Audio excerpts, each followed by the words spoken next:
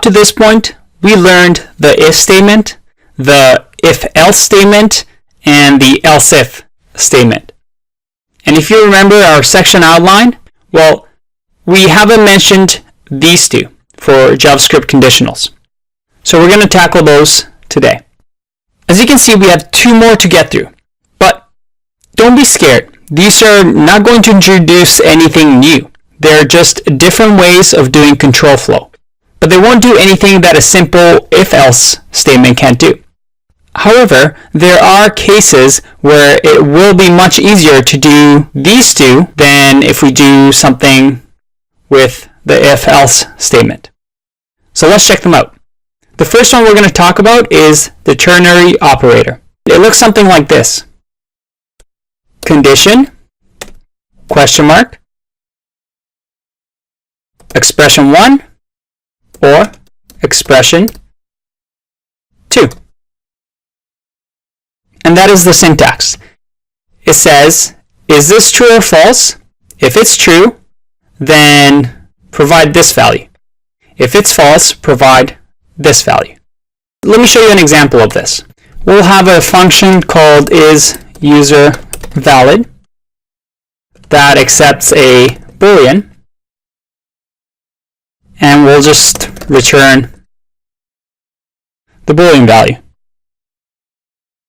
Now within here, we can say variable answer equals isUserValid, and we'll just say true for now, question mark.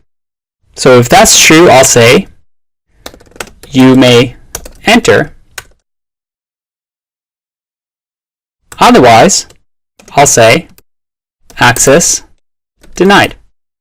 Let me make this a little bit smaller so you can see. So again, all we're saying is if this is true, then do this expression. If this is false, do this expression. So let's just copy this into the console and see what happens. If I run answer, oops, I spelled that wrong, answer, I get you may enter because user is valid. It's true. Now if I change this to say false, well, in that case I'll get access denied. Let's do a little bit more of a complicated answer.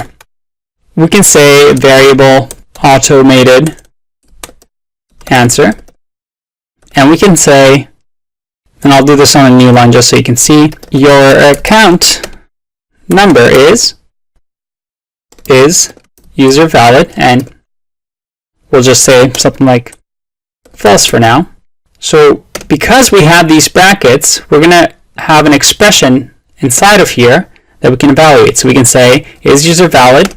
If the user is valid, we'll say 1, 2, 3, 4. If not, we'll say not available. If we copy and paste this here into our console, and we can see it better, we see if user is valid, we want to say 1, 2, 3, 4. If it's not, then not available. So if I run this and now I look at automated answer, I get your account number is not available. Well, because is user valid is false. But if I do true, well, in that case, your account number is 1, 2, 3, 4. Now you might notice that this is actually not that different from if you did function condition, we'll just call it condition, and we'll say if is user valid, return you may enter.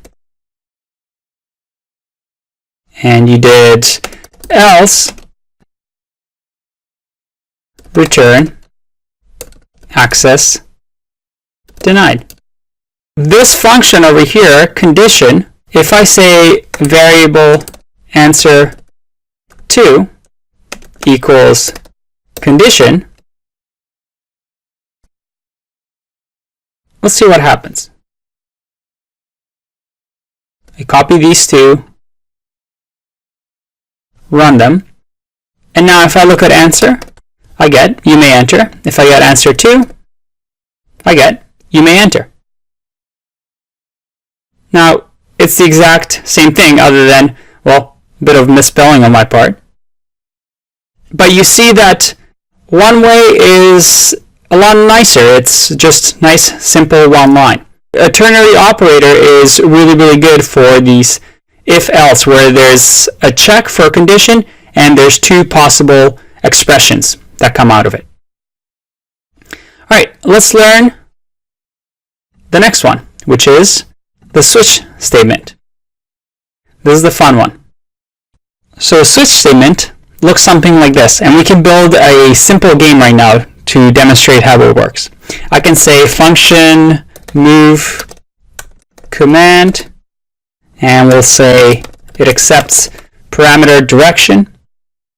Within this function, I'll say variable what happens, and we'll say switch.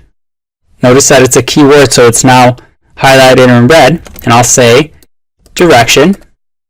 The switch statement is going to accept direction. It's going to check direction. And within here, we'll say case forward, which means check direction. If direction equals forward, then what happens equals to you encounter a monster. Break. I'll explain what break does right after I finish up the rest of the case statements. So case statements, as you can see, are really good because I can just copy and paste. And now I can say for here, we'll say back. And if direction is back, we'll say you arrived home. If the direction is right, in that case, we'll say you found a river.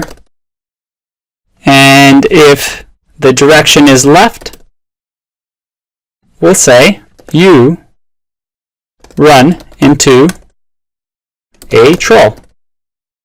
And then finally, we'll say default what happens equals to please enter a valid direction. And we'll end it with a return what happens. All right, that was a whole lot of code. Let's run this command first, and then we'll explain exactly what is happening. Copy the code, copy it into the console, and now we have the move command. And if you remember the last video, move command now exists in the root scope, which is window. So within here, let's just say forward. Now, if I run this, I get you encountered a monster. If I go back, you arrived home. If I go right, you found a river. If I go left, you run into a bull. And if I write gibberish, I get please enter a valid direction. That's what switch statements are really good for. When you have a lot of conditions, instead of using an if, else if, else if, else if, else if, else statement, you can use a switch statement. And you can see it reads nicely.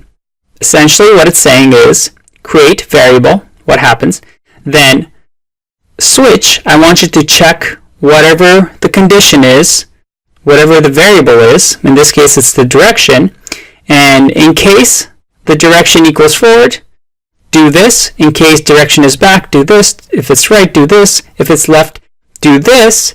And it says default is if none of these conditions work, and remember the program goes line by line. So it checks forward, then it checks back, and it checks right, and it checks left. And if nothing of those match, then it says you can just default to please enter a valid direction.